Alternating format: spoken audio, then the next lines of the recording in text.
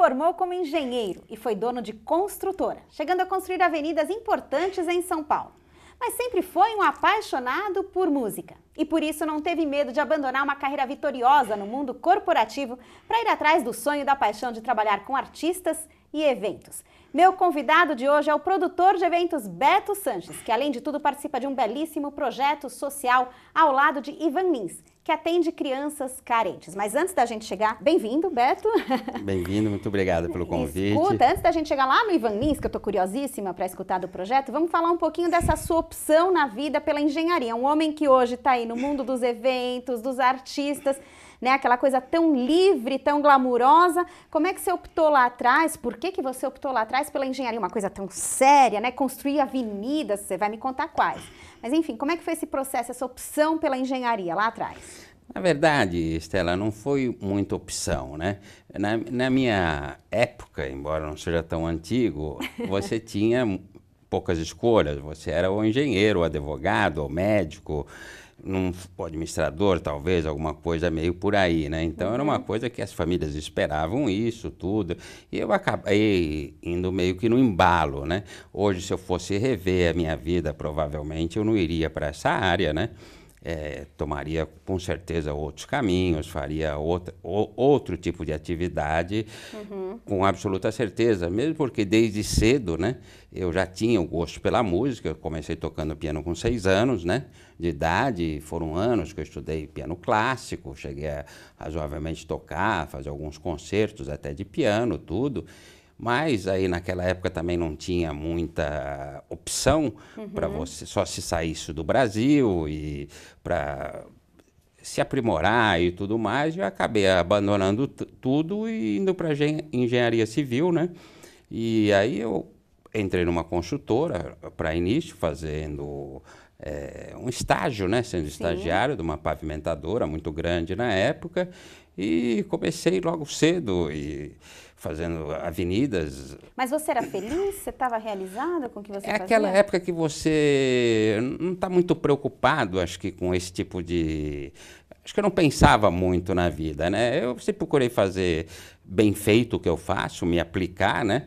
E, ao mesmo tempo, às noites ainda tinha aquele pique de jovem, né? Que continuava de dia e às noites ainda. Da época do Gallery, não? Eu te diria que antes, eu te diria que antes da época do Flag, que você não conheceu. Com certeza. Depois teve Hipopótamos e depois que veio o Gallery, né? Era uma época glamurosa, né? Assim, mas era um glamour verdadeiro, verdadeiro. Né? Hoje glamour ele é um pouco mais banalizado, né? Olha, para você ter uma ideia, eu frequentava o Flag, que tocava ao vivo só Dick Farney e o Lúcio Alves. E aí, como é que você administrava? Quer dizer, ainda era latente aquela paixão pela música, pelos artistas. Como é que você administrava a sua vida rotineira, né, como engenheiro, e essa paixão, onde ela batia em você? Eu acho que eu trabalhava durante o dia e me distraía verdadeiramente à noite, que é onde eu me realizava. E naquela época dormir pouco não era tão problema quanto é hoje, né? Mas me fala, e as avenidas que você construiu que são famosas? Como é que foi isso? Aí eu comecei fazendo estágio nessa construtora e logo aos 21 anos eu fui morar no Guarujá. Ah, você foi morar no Guarujá?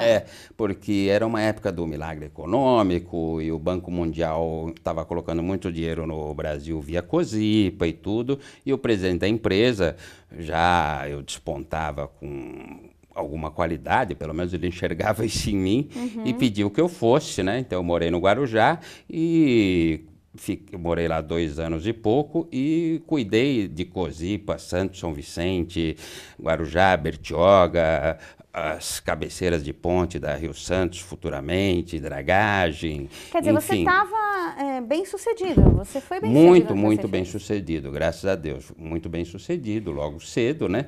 Aí depois desses 2 anos e meio que eu estava lá, estava sendo feita aqui em São Paulo a Avenida Corifeu de Azevedo Marques, a única na época que ligava São Paulo a Osasco. E na época o prefeito Olavo Setúbal pediu ao doutor Pedro, um grande amigo, eu era como um filho para ele, né? e estava tendo muita imprensa, porque obviamente quebrou o comércio da avenida inteira, não tinha outra solução, né? E a imprensa todo dia, e o Olavo Setúbal, o prefeito na época, pediu para ele que trouxesse alguém para acabar na metade do prazo e que conseguisse isso. E justamente eu fui escolhido, ele me chamou do Guarujá e eu vim para São Paulo para fazer a Avenida Corefeiro da Azevedo Marques. Foi um período realmente de muito trabalho, quase 24 horas por dia. Vou lembrar de você cada vez que eu passar por ela. Entendeu? E o doutor Olavo, um grande prefeito que São Paulo teve, praticamente estava também quase todo dia na obra, né?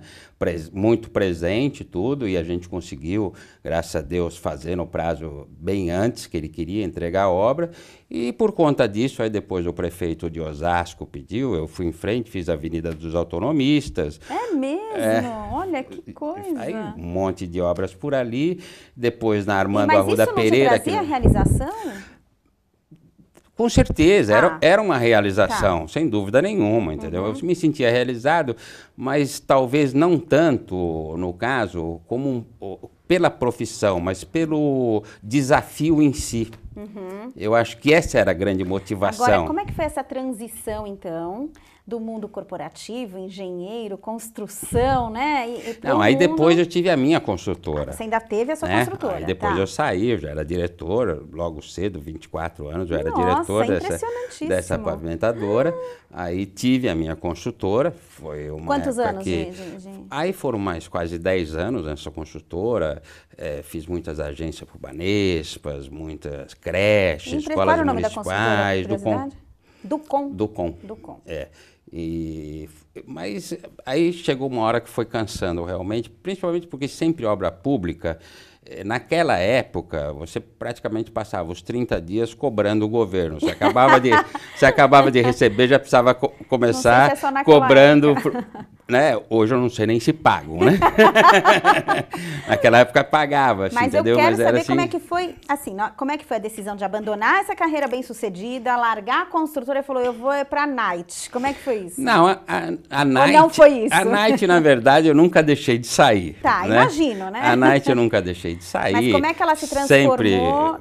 Sempre fui um apaixonado pela noite e assisti grandes shows. Na época, o Maxud Plaza, o Roberto Maxud trouxe os grandes artistas. Frank Sinatra inaugurou o 150 Night Club, estava lá. E grandes shows, Bill Eckstein, Alberta Hunter, enfim, inúmeros artistas internacionais. Um trabalho maravilhoso que o Roberto Maxud fez no 150 Night Club, que foi algo inesquecível realmente, né? E aí foi indo esse contato todo e eu me cansei, na verdade, né, dessa engenharia, porque era sábado, domingo, feriado, dia, noite. Eu me lembro até numa ocasião que eu fiz o SEASA, só podia ser feito de madrugada, a pavimentação do SEASA. Então, era um negócio muito maluco e eu também precisava sossegar um pouco. Eu já tinha casado na época, né?